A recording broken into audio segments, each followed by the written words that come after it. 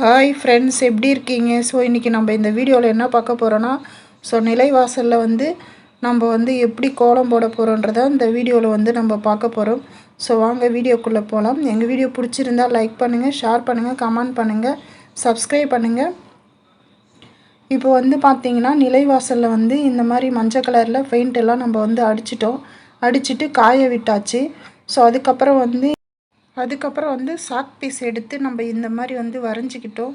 வரைஞ்சிக்கிறதுக்கப்புறம் நம்மளுக்கு நம்ம பெயிண்டில் போடும்போது நமக்கு கொஞ்சம் நல்லா நீட்டாக வரும். ஸோ அப்படியே போட முடியாது. அதனால் சாக் பீஸில் நம்ம இந்த மாதிரி வரைஞ்சிட்டு அதுக்கப்புறம் நம்ம போட்டோம்னா நமக்கு வரைகிறதுக்கு நல்லா ஈஸியாக வரும்.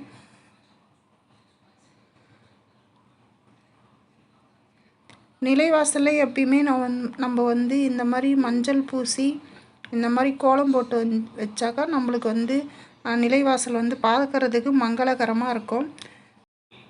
நிலைவாசலில் பார்த்திங்கன்னா வெள்ளிக்கிழமை மஞ்சள் தடவி குங்குமம் வைப்பாங்க. ஸோ அது பார்த்திங்கன்னா நமக்கு வீட்டுக்கு ரொம்ப நல்லது.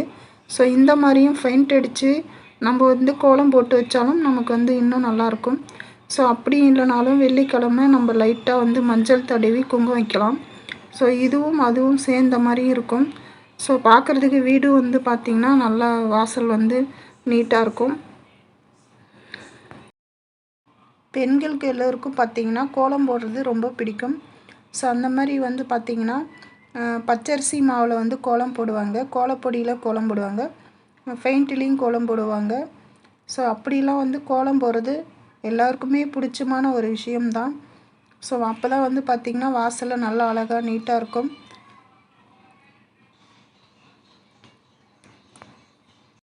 வெள்ளிக்கிழமை செவ்வாய்க்கிழமை பார்த்திங்கன்னா இந்த மாதிரி தாமரை கோலம் போடுறது வீட்டு வாசலுக்கு நல்லது. ஏன்னா தாமரை மகாலட்சுமி வாசம் இருக்கக்கூடிய கோலம். ஸோ அதனால் வீட்டுக்கு நல்லது. அதனால் இந்த கோலம் போடுங்க அடிக்கடி. அதுக்கப்புறம் பார்த்திங்கன்னா சிக்கு கோலம் பார்த்திங்கன்னா வாழ்க்கையில் சிக்கலை தவிர்க்குது சிக்கு கோலம். ஸோ அதுவும் ட்ரை பண்ணுங்கள்.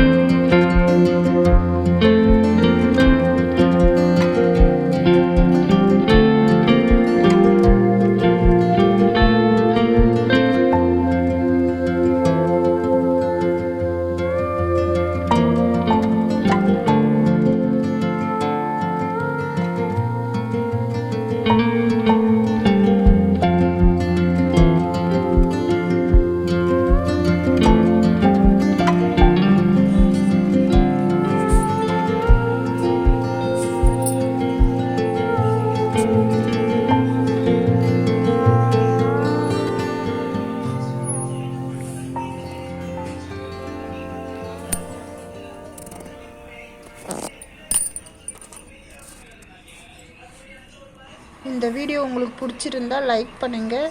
அப்படியே உங்கள் ஃப்ரெண்ட்ஸுக்கு ஷேர் பண்ணி விடுங்க. நன்றி, வணக்கம்.